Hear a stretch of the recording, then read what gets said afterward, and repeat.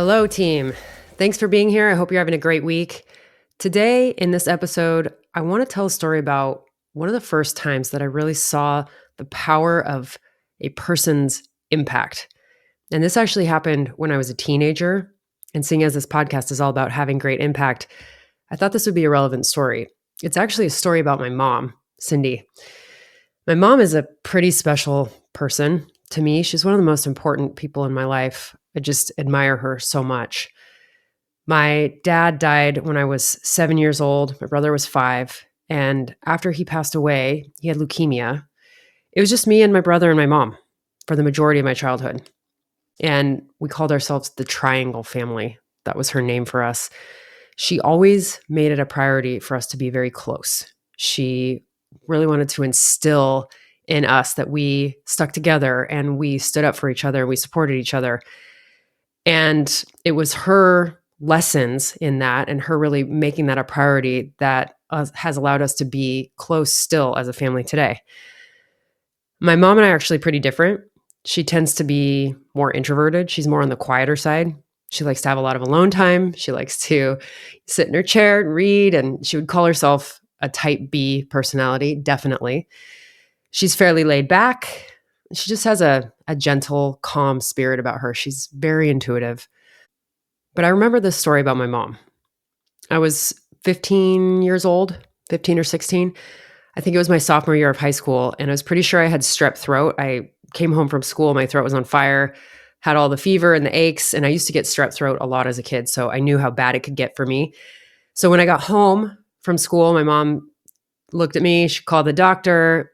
There were no appointments available, and this is the time where they didn't have Zoom care. And if they didn't see you, they wouldn't prescribe you antibiotics. So we ended up having to go to urgent care.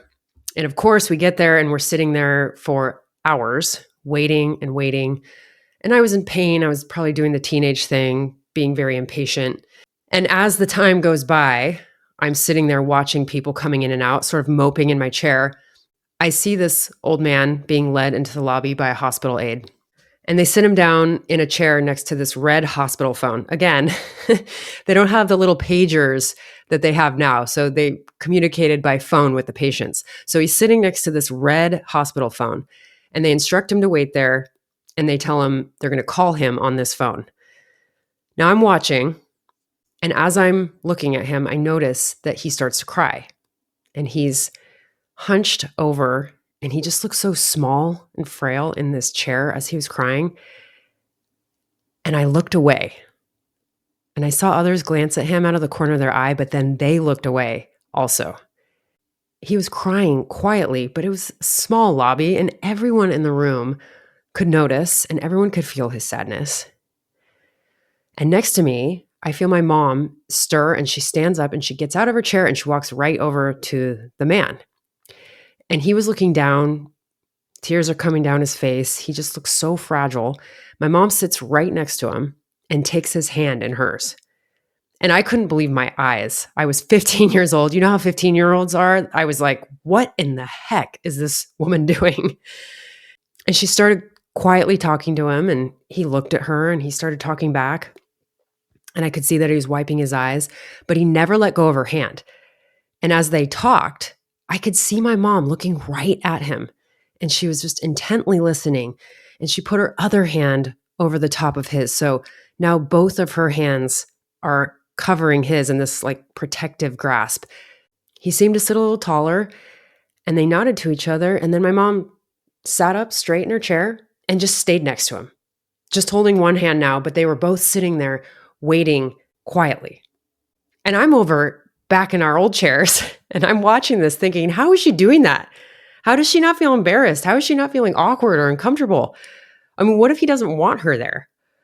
And I was slumped in my chair, but I could not take my eyes off of my mom and this stranger. A few minutes go by, and then the red phone rings, and he answers it immediately. And after a few exchanges on the phone, he hangs up and he turns to my mom. He says something to her, and they hug. And then he takes his cane and he slowly stands up, and my mom's kind of helping him out of his chair, holding his elbow. And then she stood with him for a second and then said goodbye, and he walks off. And she comes back over to me and sits down, and I'm like, Mom, how in the world did you do that? And she said, do what? I said, how did you go over that man when he was crying? Like, how'd you know to do that? Why did you do that? And she said, why wouldn't I go over there? And I was sort of stumped, but I was like, this isn't my mom. She's quiet. She's introverted. She's shy. And I said, well, what if he didn't want you there? What if he didn't want to talk to you? What if he just wanted his privacy? I was like, how are you not embarrassed in front of all these other people? Total 15-year-old brain, right? And she just looked at me and said, if he didn't want me there, then I would have come and sat back down. But it seemed like the right thing to do. And I can't let what other people think of me prevent me from offering help to somebody. She said, that man's wife had a massive heart attack today. They've been married 53 years, and he was waiting for the call to see if she survived and he would see her again.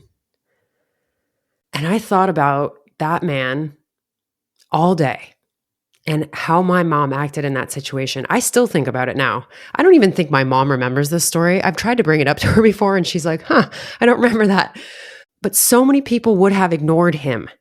I would have ignored him. My mom did not. And my mom, like I said, she's not an extroverted person. She's not loud. She never wants to be the center of attention. She doesn't even want you to sing happy birthday to her. She's quiet and unassuming. But she is a leader. And that day at 15 years old, I learned so much about what it could look like to have a really powerful impact and have impact on other people's lives. You know, we talk about the power of owning your impact on this show every episode. We describe it to mean that you take responsibility for the energy that you bring into a room. It's about being aware of your potential to influence other people. And I think the reason this story sticks in my mind is because it just goes to show that your impact can look so many different ways. It can be quiet. It can be subtle. It can be gentle. It doesn't always have to be outgoing or at the front of the room. It's not always loud or obvious. It's not always shown on social media. It's not something that people always see. But man, does it have an influence? And I think we know this logically, but do we embrace it? Do we really pay attention and look for the opportunities to have influence in our day?